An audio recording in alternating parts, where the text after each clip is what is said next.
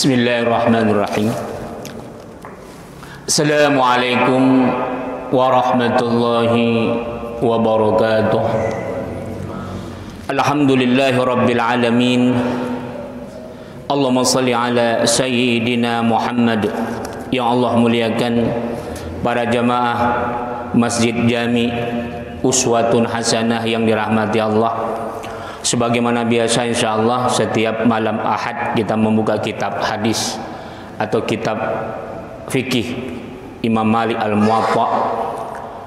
Kita tetap menjabarkannya memakai Al-Fiqhul Muqaranah, fikih perbandingan mazhab Ahlussunnah wal Jamaah. Namun kita memakai kawaid dan manhaj madhab imamuna, imam kita Al-Imam Asy-Syafi'i rahimahullah radhiyallahu anhu.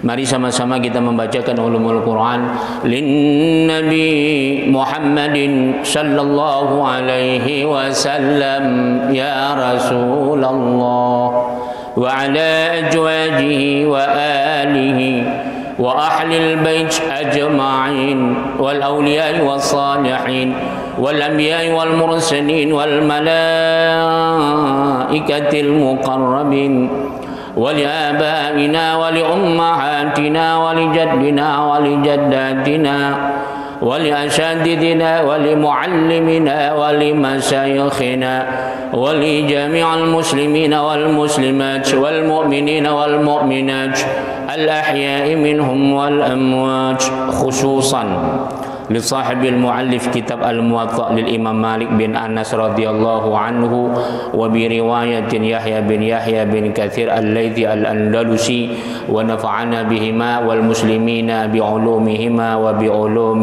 جميع العلماء آمين ya Allah. Ya Allah, ya Tuhan kami, anugerahkanlah keberkahan kepada kami di dalam majelis ilmu ini. Kiranya bermanfaat kepada kami, keluarga, anak maupun keturunan kami. Ya Allah, ya Tuhan, jauhkanlah kami dari segala malapetaka, bencana, fitnah dunia maupun fitnah akhirat. Jauhkanlah kami dari segala cobaan yang tidak sanggup kami memikulnya.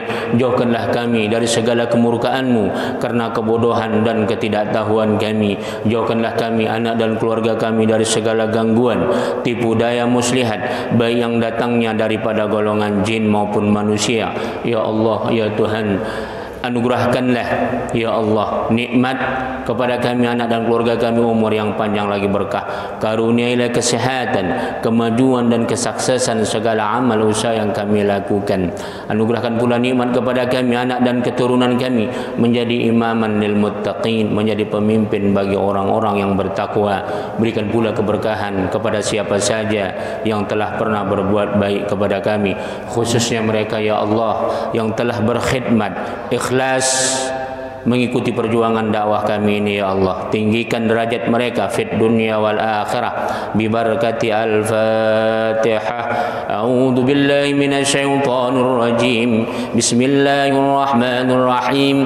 Alhamdulillahi rabbil alamin. Arrahmanir rahim. Maliki yaumiddin. Iyyaka na'budu wa iyyaka nasta'in. Ihdinas siratal mustaqim. Siratal ladzina an'amta 'alaihim ghairil maghdubi 'alaihim waladdallin. Amin. Alhamdulillah. Kita sudah sampai ke halaman 162 atau hadis yang ke-600 insyaallah ya. Terakhir yang lalu, minggu yang lalu, faqila la yujma'u bainal muftariqin wa la yufarraqu baina mujtama'in khasyatas sadaqah. Qala mali fa hadha alladhi sami'tu fi dhalik. Maka ada pendapat tentang masalah zakat. Jadi zakat ternak yang dia kongsi ya, maka tidak disatukan zakat, tidak disatukan ternak yang dipelihara oleh seseorang apabila mereka itu terpisah menjaga apa namanya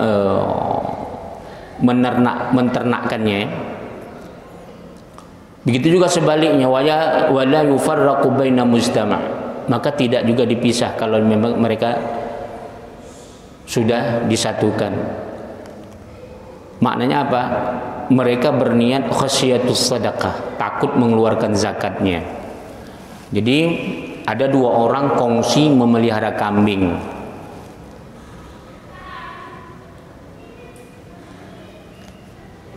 Satu ya 20 ekor, 22 ekor, yang satu 18 ekor. Maka la yusma'u baina muftariq, maka tidak dikeluarkan zakatnya karena belum sampai nisabnya. Jangan disatukan dua-duanya, si A dengan si B, yang satu 22, yang satu 18 atau 20-20. Kalau disatukan 40, maka dia kan wajib mengeluarkan zakat. Maka dalam Islam bukan begitu cara mengeluarkan zakat. Ya. Begitu juga sebaliknya. Tidak juga boleh dia wala yufarraqu baina mujtama'. Maka tidak boleh sengaja dipisah. Dia sudah disatukan, contoh umpamanya dia punya kambing sudah ada 40 si A, si B sudah sampai 40-80. Jadi mereka sengaja supaya jangan keluarkan zakatnya, maka kambingnya ini tadi masing-masing 20 ekor dijual atau mungkin dipisahkannya, disuruh angonkan orang lain. Bisa paham maksudnya? Jadi dia seolah-olah belum mencapai nisab 40 ekor. Pokoknya dia tujuannya adalah khasyatus sadaqah, takut mengeluarkan zakat ternak hewannya. Jadi intinya adalah jangan kita mengurangi harta kita karena takut mengeluarkan zakat. Jadi ini bukan ternak saja. Contoh umpamanya kita punya uang 90 juta, kita katakanlah 85 juta, alal aqal paling sedikit. Karena sudah wajib mengeluarkan zakatnya 2,5%. Karena sudah sampai nisab ya kan? Dan apabila sudah sampai haul maka jatuh wajib. Jadi supaya dia ketika besok sudah jatuh haul,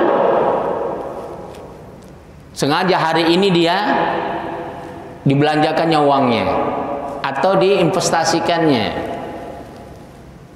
Tapi kalau investasi tetap dia wajib karena masih milik dia. Atau dibelanjakannya.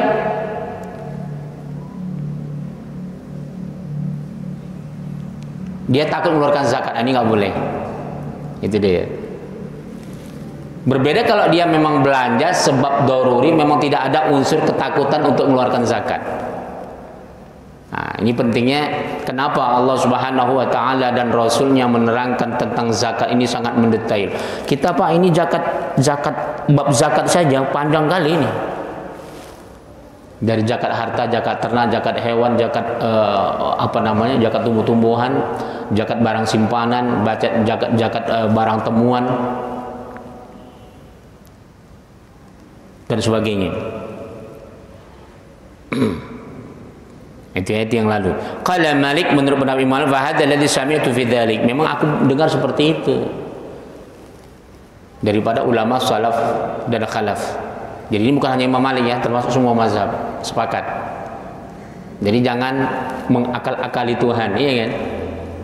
Atau ada orang gini, saya nggak sanggup puasa, alasan sakit, bisa nggak? Allah kan tahu dia sakit atau tidak. Atau sengaja dia supaya jangan puasa, musafir aja dia. Tapi kan tetap wajib. Jadi berbeda orang yang dia musafir meskipun dia wajib mengqadhanya karena memang bukan karena unsur kesengajaan. Jadi kalau orang unsur kesengajaan dia musafir supaya dia jangan puasa, ini nggak sah. Jadi semua perkara-perkara di dalam agama Allah ini kalau kita bersifat khidah, menipu, nggak boleh. Jadi Allah lebih tahu. Wa makaru syai', wala yahiqu makru syai' illa bi ahli. Janganlah engkau melakukan perbuatan kecurangan yang busuk. Jangan melakukan perbuatan kecurangan yang busuk, yang jahat.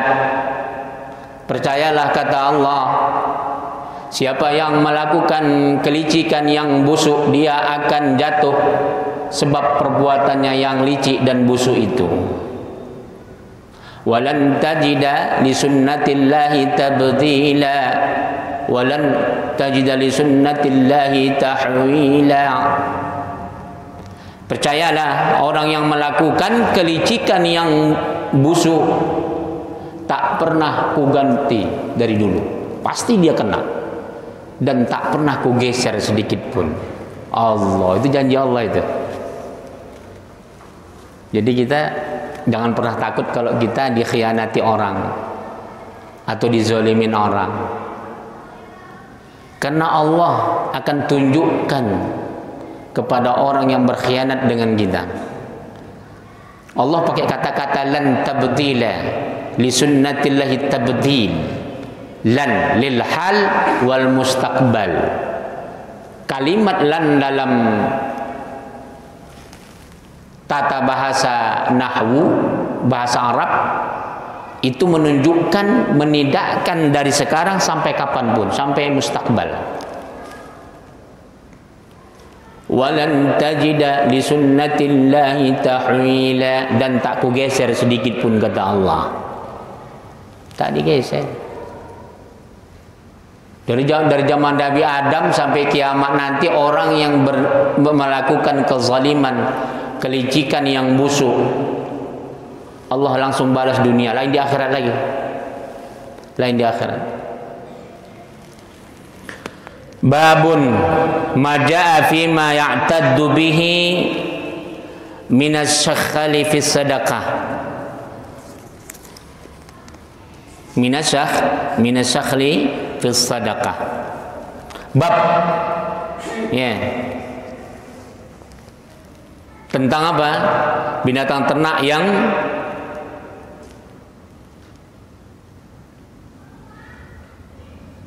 tidak diperintahkan untuk dizakat ini.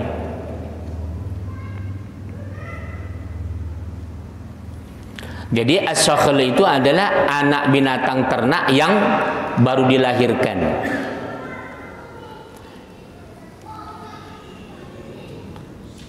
Jadi binatang anak yang diternakkan, anak binatang ternak yang masih baru dilahirkan, apakah dia wajib dizakati atau tidak? Ini khusus yang tidak dizakati. Hadatsani Yahya an Malik an Thaurin bin Zaid ad-Daili.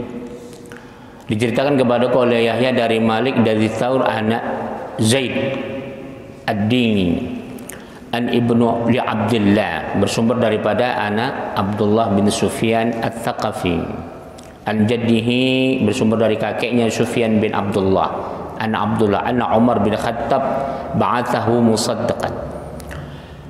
Umar bin Khattab mengutusnya untuk menanyanya tentang zakat. Dia utus untuk mempertanyakan tentang zakat ternaknya. Ternak apa? Anak binatang yang baru lahir. Fakana ya'uddu 'ala an-nasi bis-sakhl. Jadi kata beliau, maka ya'uddu itu terhitung siapa saja orang yang punya anak binatang ternak yang baru dilahirkan, maka itu termasuk dalam hitungan bis-sakhli. Itu yang anak binatang yang baru melahirkan, ya, maksudnya binatang ternak yang baru lahir. Faqalu, mereka mengatakan, atu'addu alaina bis-sakhli, apa binatang ternak kami yang baru lahir ini juga termasuk dalam hitungan zakat?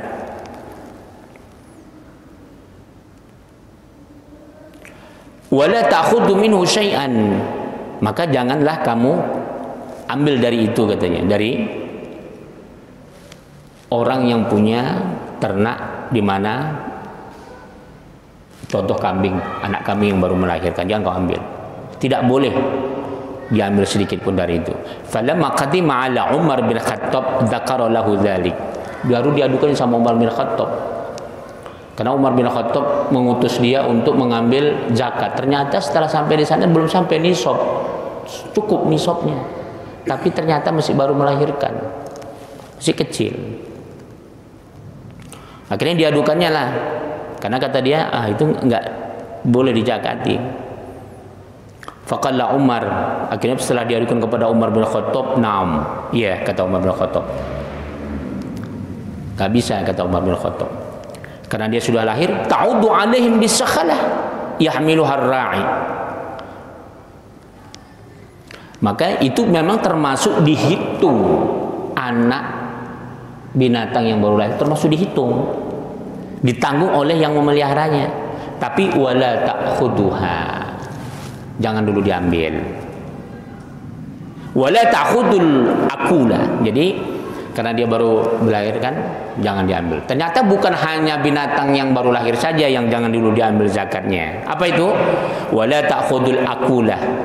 Begitu juga kalau ada kambing atau binatang, kita katakanlah sapi atau kambing. Jadi al-akulah itu apa? Syatul lahmi allati tusamminu litu'akkal. Kambing itu ternyata memang diperuntukkan untuk dimakan. Udah untuk apa namanya? Memang masanya dia untuk disembelih, untuk dimakan. Maka itu tidak dihitung. Kenapa? Karena itu termasuk kebutuhan. Jadi itu nggak dihitung. Sama kayak kita mengeluarkan zakat, Pak. Kita mengeluarkan zakat itu tidak dihitung daripada zakat mal, maksudnya. Zakat mal. Itu nggak dihitung. Kita bayar listrik, apalagi beli beras, ngasih makan tanggungan istri, jajan anak, ya. Jadi itu jangan dihitung dulu. Dikeluarkan dulu kewajiban kita untuk istri, untuk anak, uang listrik, pajak, baru dihitung zakatnya. Ini maksudnya. Bisa paham ya? Jadi ternyata binatang pun begitu. Jadi kalau memang kambing itu dia pas 40 ekor, 1 ekor memang untuk makannya. Makanya disebut di sini apa? Al-akulah. Memang diperuntukkan untuk dimakan. Maka itu keringanan bagi dia. Berarti nggak sampai cukup nisabnya. Maka itu tidak dikeluarkan zakatnya. Tapi memang untuk kebutuhan ya. Tapi ini memang yang sudah diperuntukkan untuk makan. Kemudian apa? Walar rubba. Apa? Allati qad wada'at fahiya turabba waladaha. Yaitu binatang yang dia baru dilahirkan, apa namanya? Yang hamil. Kemudian dia mau dilahirkan, baru dilahirkan. Dia masih kecil, artinya dia masih dalam momongan ibunya. Jadi binatang yang masih dalam momongan ibunya nggak boleh dikeluarkan zakatnya. Itu nggak boleh ya. Pas umpamanya 40 ekor sampai baru lahir maka keluarkan, nggak boleh. Biarkan dulu ibunya memeliharanya. Wala al-makhidha. Begitu juga binatang yang lagi hamil tidak boleh dikeluarkan zakatnya. Artinya dia tidak boleh dijadikan barang zakat untuk dikeluarkan, tidak boleh. Kemudian wala falul ghanam. Sama tadi ya.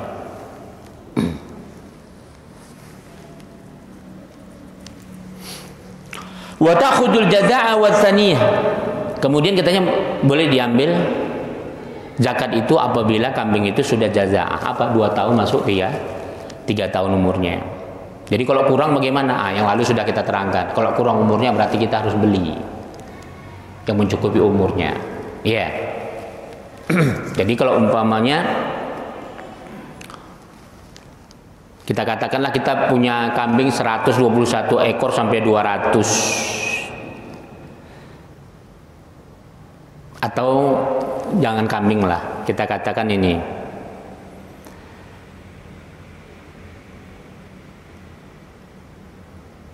unta 25 ekor sampai 35 ekor itu satu ekor unta yang berumur 1 tahun. Ya. Masuk 2 tahun. Ternyata untanya nggak ada.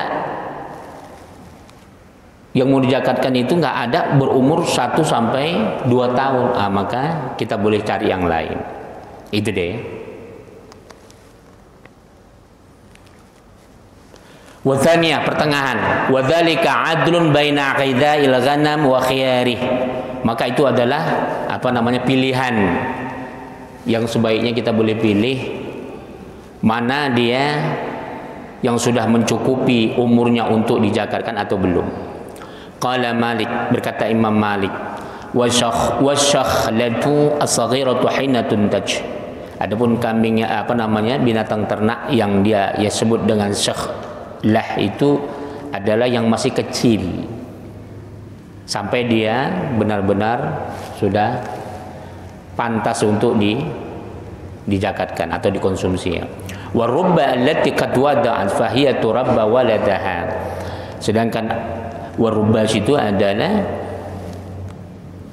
binatang yang baru dilahirkan yang masih dalam momongan ibunya. Wal makhidha hiyal hamil, yaitu binatang yang masih kondisi hamil. Wal akulah hiya syatul lahmi allati tusammanu lituakkal. Sedangkan al akulah adalah seperti seekor kambing yang dagingnya memang diperuntukkan untuk dimakan. Kita teruskan. Wa qala Malik, berkata Imam Malik mengatakan fir rajuli takunu lahul ghanam. Ada seseorang dia memiliki kambing la tajibu fiha sadaqah, tapi belum mencapai dia wajib mengeluarkan zakat. Fatawaladu qabla ayatiha al-musaddaqu biyaumin wahid. Kemudian lahir dia, ternyata kambingnya itu lahir sebelum 1 hari dia mengeluarkan wajib zakatnya. Jadi 39 kita katakan. Nisabnya baru 39, belum sampai 40.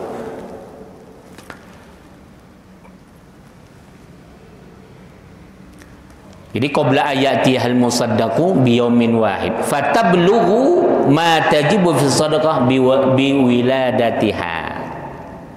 Kemudian sampailah dia wajib mengeluarkan zakatnya sebab kelahirannya, meskipun 1 hari, maka sudah terhitung, sudah terhitung meskipun hanya 1 hari. Apabila sudah sampai nisabnya 40 dia wajib dikeluarkan. Tapi kalau belum mencapai nisabnya 40 ekor, karena kan 40 ekor itu 1 ekor kambing kan yang berumur 2 tahun.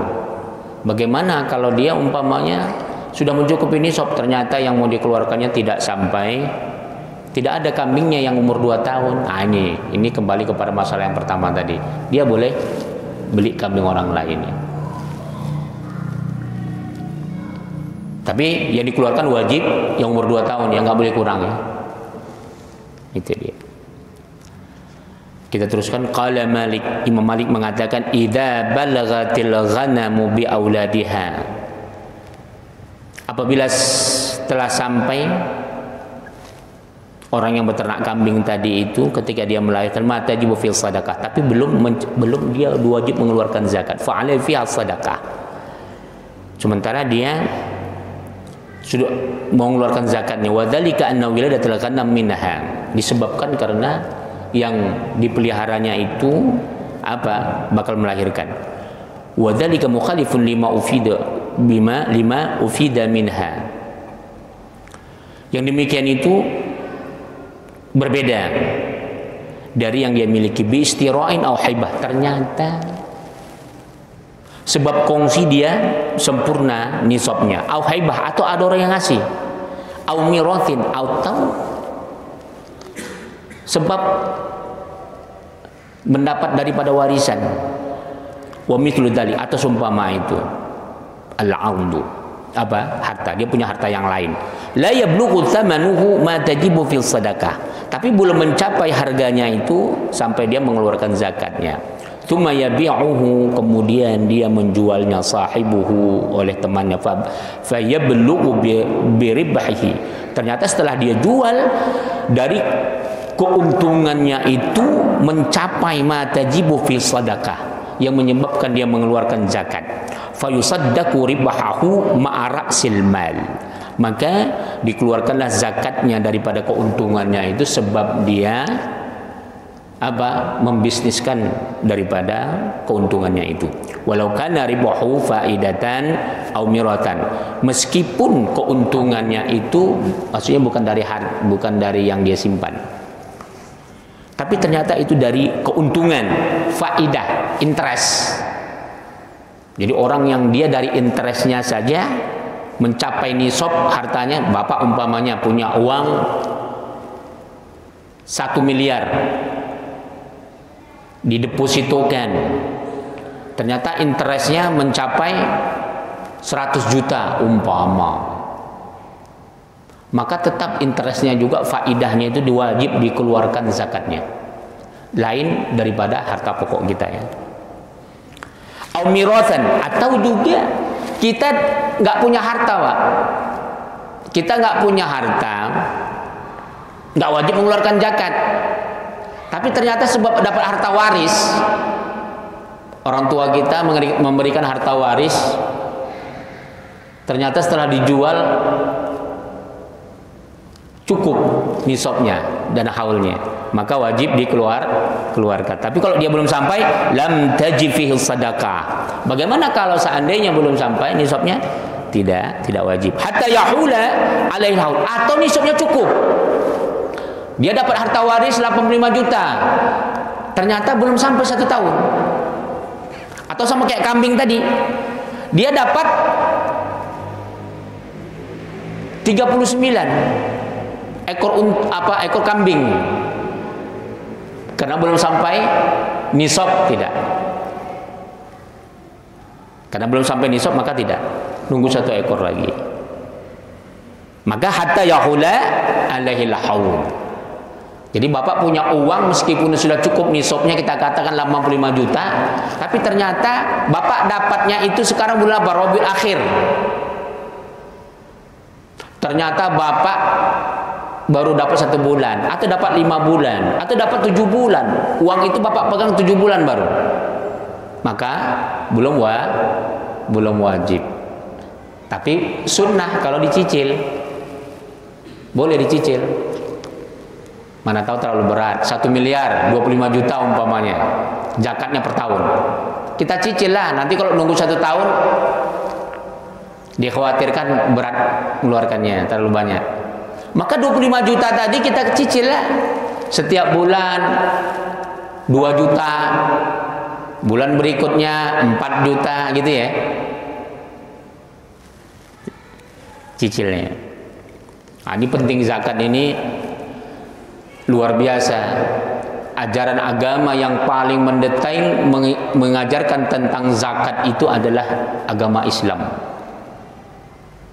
Betapa tingginya martabat manusia dihormati dalam Islam itu, diantaranya zakat. Zakat ini adalah untuk kepedulian sosial, apapun agamanya. Bayangkan ini, sampai menjadi rukun Islam. Zakat itu menjadi rukun Islam, pondasi dasar umat Islam, agar mereka peduli sesamanya. Makanya Rasulullah mengatakan, belum dikatakan orang beriman itu beriman kepadaku, kata Rasulullah, kalau dia tetangganya itu masih ada yang kelaparan dan dia tahu. Ya, jangan sampai ada. Sampai seperti itu. Belum dikatakan seseorang itu dia beriman kalau dia sengaja membiarkan tetangganya nggak makan. Subhanallah. Jadi sebenarnya begini panjang pembahasan zakat, kalau kita renungi, seharusnya umat Islam di dunia ini nggak ada lagi alasan kiri nggak makannya. Ini kan nggak. Coba lihat di Ethiopia, di Afrika, itu banyak negara-negara mayoritas Islam, Pak. itu mesti kelaparan. Gak usah gitulah, di Indonesia saja. Padahal kita sudah punya Basnas, Badan Amil Zakat Nasional, ya kan? Tapi masih ada. Nah, ini manajemennya mungkin yang belum rapi atau belum kuat. Kenapa nggak bisa tersentuh? Begitu ya. Jadi sekarang ini nggak ada alasan orang Islam itu nggak sekolah, nggak bisa belajar, nggak bisa berobat, nggak bisa makan. Itu nggak boleh. Tapi kenyataannya kan tidak. Banyak sekali umat Islam yang terlantar. Nauzubillah, tsumma nauzubillah. Nah, itu tanggung jawab kita itu. Masing-masing sesuai dengan fungsinya. Jadi pemerintahlah yang lebih tahu. Berapa sensus jumlah penduduk Indonesia yang miskin?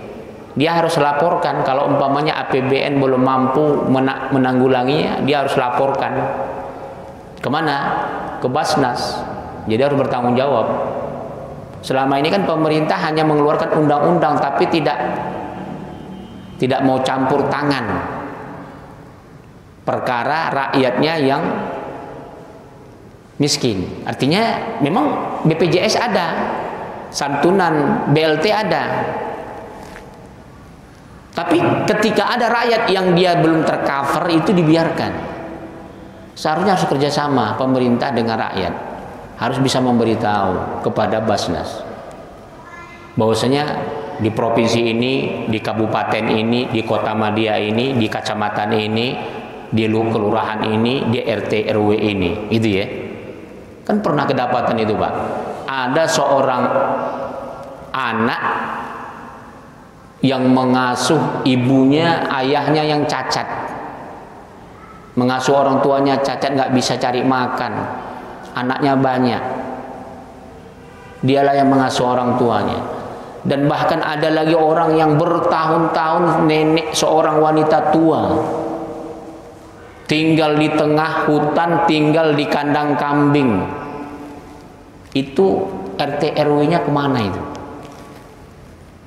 Bayangkan itu. Dan itu bukan satu dua yang seperti itu. Tambah lagi viral, Pak. Orang kampung belajar sekolah, untuk bisa sekolah itu menyeberangi sungai, tidak ada jembatan. Menyeberangi sungai memakai apa namanya, styrofoam itu, Pak, apa gabus itu. Dia kayuh lah. Dia duduk di dalam styrofoam itu yang besar itu, dia kayuh pakai tangannya sampai ke darat. Itu sekali dua kali selamat itu. Kalau terus-terusan seperti itu bisa tenggelam itu, nyunsep itu. Belum lagi anak-anak pedesaan yang pakai jembatan hanya seutai tali. Allah. Dan itu peristiwanya bertahun-tahun. Di sini pentingnya zakat. Jadi nggak ada alasan. Kalau umpamanya pemerintah daerah nggak ada uang, seharusnya bisa koordinasi ke Basnas, maka Basnas lah yang mengeluarkannya. Begitu ya. Kita teruskan. Maka hatta yahula alaihi haul, sampai masuk haulnya. Min yauma afadahu au warithahu, dari hari yang dia itu terhitung ya, dia mendapatkan harta warisan itu, ataupun dia mencukupi daripada nisabnya pada hari itu untuk dikeluarkan. Kalau belum mencapai, tidak. Itu dia. Wallahu taala alam bisawab. Silakan ada pertanyaan, kalau enggak kita teruskan. Fadhal. Qala Malik, Imam Malik berkata, faghidha'ul ghanami minha kama ribhul mali minhu ghairu anna dzalika yakhtalifu fi wajhin akhar. Jadi Imam Malik berkata, maka kambing yang dipelihara kemudian sebagaimana keuntungannya yang dia jual, jadi kambing yang dipelihara itu ternyata boleh jadi untuk dibisniskan, sebagaimana keuntungan daripada harta yang dimilikinya. Artinya sama ada dia ternak ataupun harta yang dimilikinya. Ghairu anna dzalika yakhtalifu fi wajhin akhar. Ada perbedaan, tapi sama-sama mereka dihitung sesuai dengan nisab. Cukup ternaknya kalau kambing 40 ekor, ya. Kalau unta berapa? 5 ekor sampai 9 ekor, zakatnya berapa? 1 ekor kambing. Ya. Kalau 10 ekor sampai 14 ekor, 2 ekor kambing. Seandainya dia punya unta 10 ekor sampai 14 ekor, 2 ekor kambing. Sampai 20 sampai 24 ekor maka 4 ekor kambing. Apabila 25 ekor unta sampai 35 ekor unta, maka baru zakatnya 1 ekor unta. Itu ya. Annahu idza kana lirrajuli min adz-dzabi awal wirqi ma tajibu fi zakah. Jadi apabila ada seseorang dia ternyata memiliki emas atau perak yang wajib dikeluarkan zakat, kemudian tuma afada ilahi malan, kemudian ya itu dimanfaatkan harta tadi itu, taraka maluhu alladhi afada falam yuzakkihi ma malihil awal hina yuzakkihi, maka dia wajib mengeluarkan zakatnya apabila sudah sampai nisabnya. Tapi ternyata apabila harta yang dia simpan tadi dia gunakan untuk keperluannya dan tidak sampai kepada haulnya, nisabnya, maka dia tidak wajib. Hina yuzakkihi, maka dihitung dia itu sampai wajib mengeluarkan zakat sesuai dengan nisabnya ya, atau haul. Tapi sebenarnya kalau haul tidak saklek, tidak mutlak. Boleh dia mengeluarkan zakat meskipun haulnya belum sampai, cuma belum jatuh wajib. Dia cicil. Hatta yahula alaihil faidatil haul. Jadi ternyata harta yang dia miliki tadi, emas atau perak, dia bisniskan. Dia bisniskan belum mencapai haul, tidak wajib. Sampai dia keuntungannya alal faidatil haul. Interest dari emas dan perak yang dia simpan atau dia bisniskan. Kalau disimpan nggak ada interest ya, nggak ada interest. Ya, apa ada orang nyimpan? Ya kalau nyimpannya di bank ya, tapi kalau nyimpan di rumah kan nggak ada faidahnya kan? Ada nggak faidah zahab atau al-wariq? Ada nggak interestnya? Mana ada kan? Kecuali kalau dia simpan di bank atau dia jadikan saham. Nah, sekarang kan bisa emas dia jadikan saham kan? Di bank-bank konvensional sekarang sudah menerima emas untuk sebagai saham. Makanya penting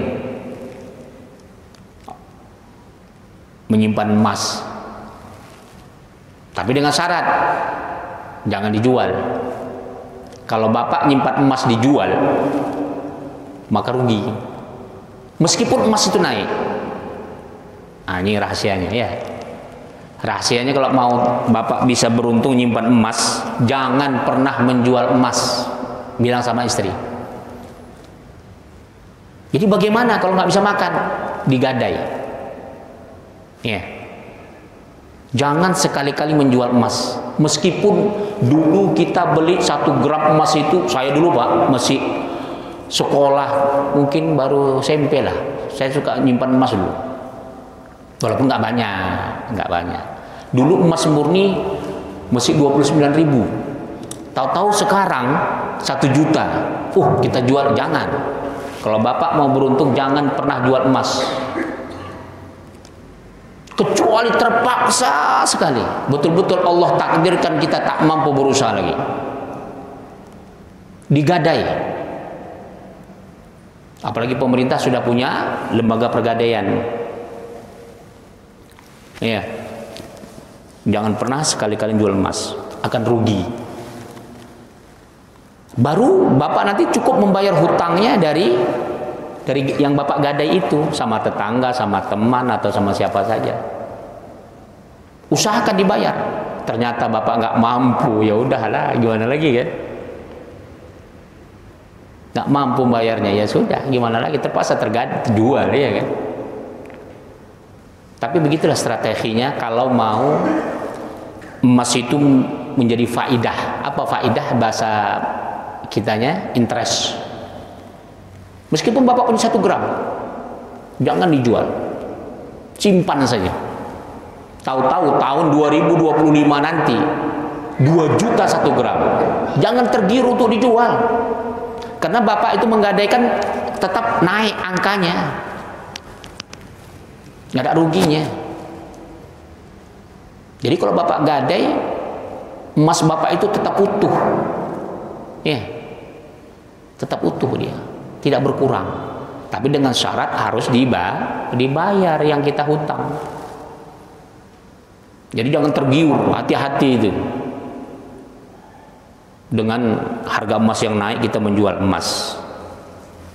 Kecuali kalau emas bapak udah banyak kali, bingung miaranya kan, dan bapak nggak mau. Sekarang kan sebenarnya nitip emas itu bisa bayar pajak, disimpan di pegadaian atau di lembaga pemerintah. Cukup bayar pajak saja, emas kita sudah terlindungi. Itu dia. Tapi itulah dia, kalau mau, makanya orang Indonesia ini Pak, banyak nggak pernah bangkit, tidak pernah maju gara-gara gitu. Kita katakan lah itu budaya di Jawa Timur. Kalau di Madura, saya bukan orang Madura, tapi saya pernah nanya-nanya sama orang Madura.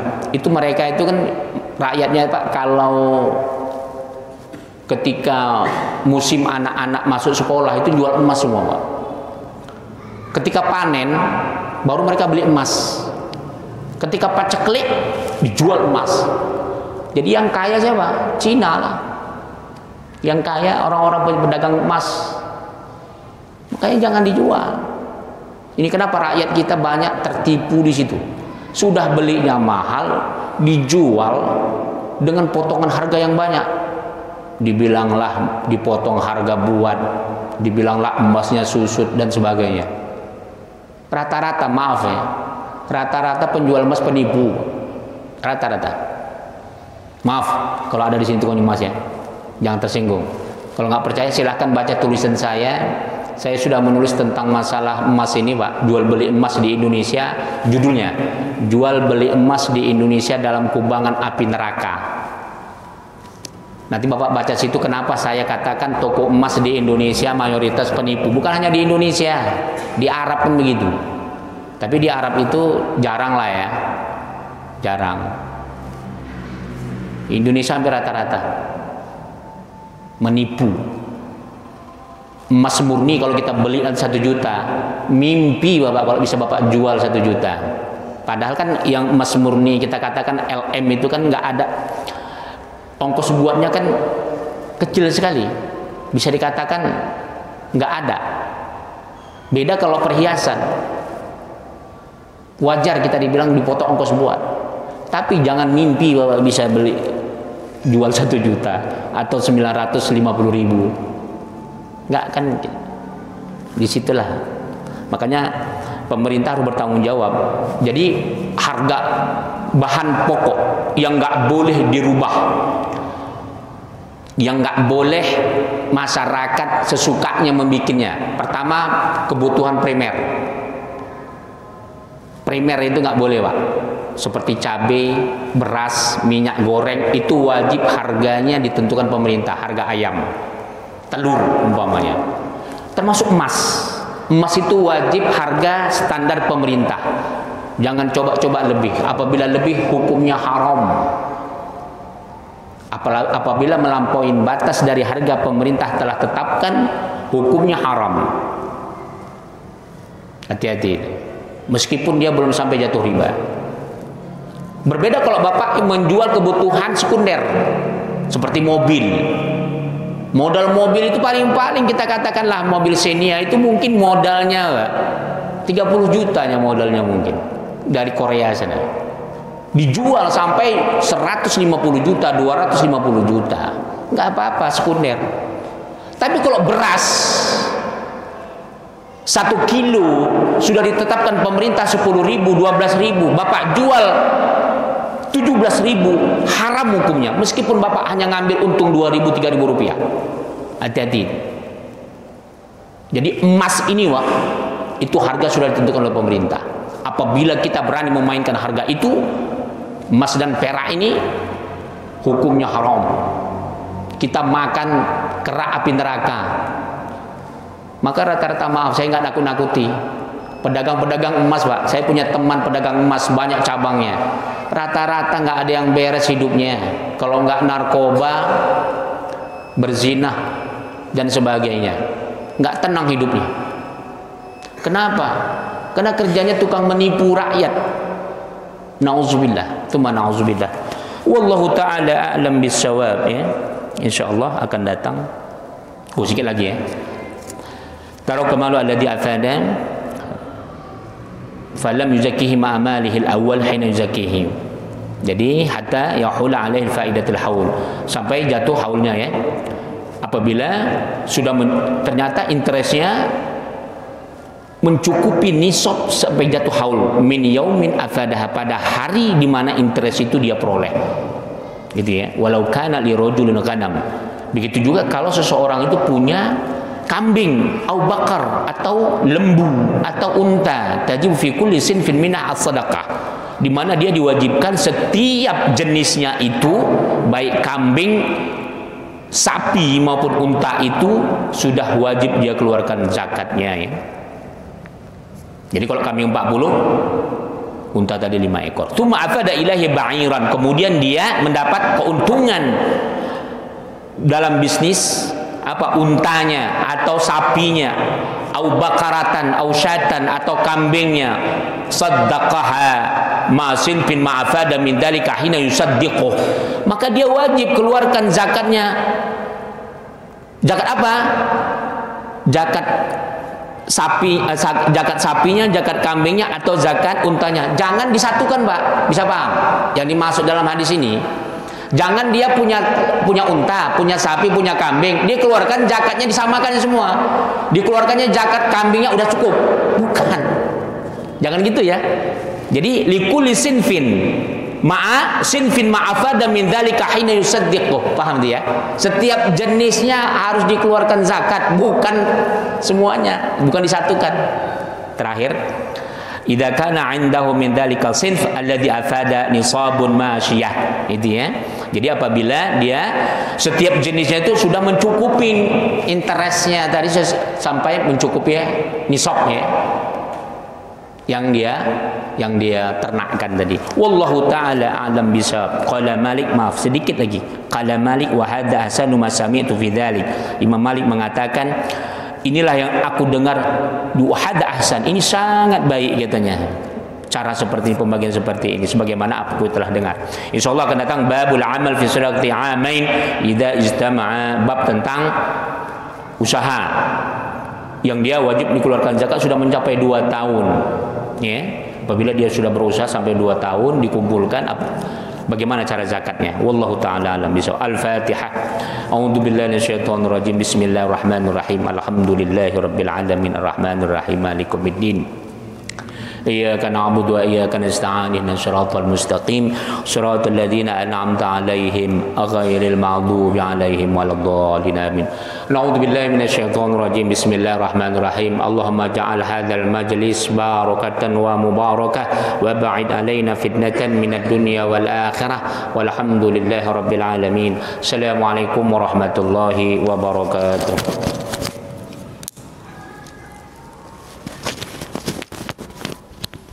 Allahu Akbar, Allahu Akbar, Allah